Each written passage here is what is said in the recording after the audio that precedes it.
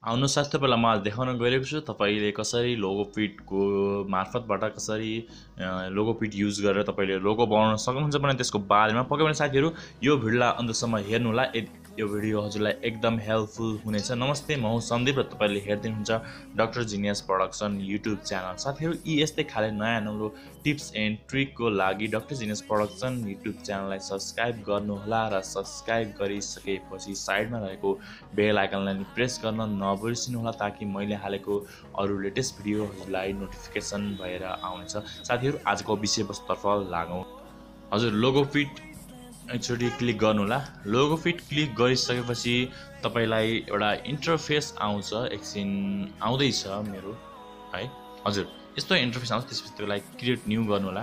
Create new गरिसकेपछि logo गर्नु होला र लोगो गरिसकेपछि तपाईलाई यहाँ एउटा एड लोगो भनेर तलतिर रहेको प्लस आइकन देख्न सक्नुहुन्छ। यसलाई चाहिँ ट्याब गर्नु होला र ट्याब गरिसकेपछि तपाईलाई यहाँ विभिन्न खाले लोगो आउँछ।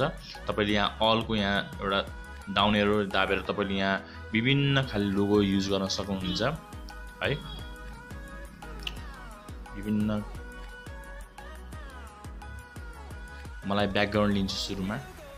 त्यसपछि ब्याकग्राउन्डमा तपाईले यहाँ विभिन्न शेपहरु देख्न सक्नुहुन्छ लोगोको। यहाँ विभिन्न हैन एकदम एट्र्याक्टिभ एकदम राम्रो राम्रो लोगोहरु छ है। त्यसपछि तपाईले जुन कुनै लिन सक्नुहुन्छ। त्यसपछि मलाई राम्रो लागेको एउटा लोगो चुज गर्दै छु। त्यसपछि मैले लिँदै छु एउटा हजुर यो लोगोलाई मैले सिलेक्ट गरे है।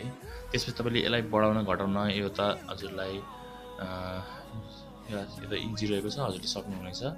हजुरलाई गाह्रो हुँदैन। यसरी तलमाथि बढाउन सक्नुहुन्छ। त्यसपछि तपाईले यहाँ चाहिँ अब टेक्स्ट दिने हो कि के दिने हो हैन। तपाईले यहाँ अरु लोगो पनि यहाँ इन्स्टल गर्न सक्नुहुन्छ। यसमा गएर ब्याकग्राउन्डमा गएर अथवा तपाईले मलाई जस्तै म यहाँ कम्युनिकेसनहरुको राख्छु हैन। टेक्नोलोजी रिलेटेड राख्छु है। टेक्नोलोजी रिलेटेड यहाँ राख्दै छु। मैले चाहिँ एउटा कुनै लोगो जुन कुनै लोगो है। हजुरले आफ्नो टाइम खर्चेर आफ्नो यो डिजाइनिङ चाहिँ हजुरहरुको हातमा भर पर्छ हैन। कसरी डिजाइन गर्नुहुन्छ भन्ने यसको बारेमा चाहिँ हजुरहरुलाई एकदम संयम भएर एकदम स्लो हैन एकदम टाइम लिएर गर्नु होला हैन। एकदम इजी रहेको छ। यो कुनै गाह्रो रहेको छैन। हजुरले आफ्नै मोबाइलमा इन्टरनेट प्रयोग गरेर आफ्नो एउटा कस्टम एउटा लोगो बनाउन सक्नुहुनेछ। हजुर मैले यसलाई प्लेस गरेर यसलाई कलर चेन्ज गर्न पनि सक्छु। मैले ब्लू जुन कलर राख्ने मलाई अहिले रेड कलर व्हाइट व्हाइटै ठिक लाग्यो मलाई। त्यसपछि यसलाई ओके गरे। त्यसपछि ओके गरिसकेपछि तपाईले यहाँ देख्न सक्नुहुन्छ यहाँ। त्यसपछि तपाईले यहाँ चाहिँ साइडमा गएर टेक्स्ट लेख्न सक्नुहुन्छ। जस्तै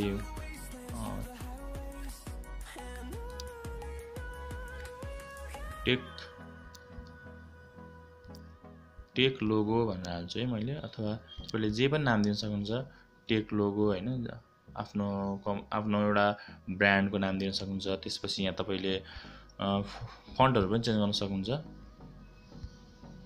हजुर म यो फन्ट युज गर्छु। त्यसपछि म यसलाई ओके गर्छु।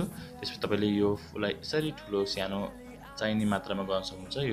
त्यसपछि यसलाई यस्तो इन्लार्ज गर्ने हो। त्यसपछि यो गर्न सक्नुहुन्छ। त्यसपछि ओके गर्नु। त्यसपछि यो फन्टलाई तपाईले कलर पनि चेन्ज गर्न सक्नुहुन्छ। मैले चाहिँ यो अहिले येलो टाइपको गर्छु र अलि माथि प्लेस गर्छु।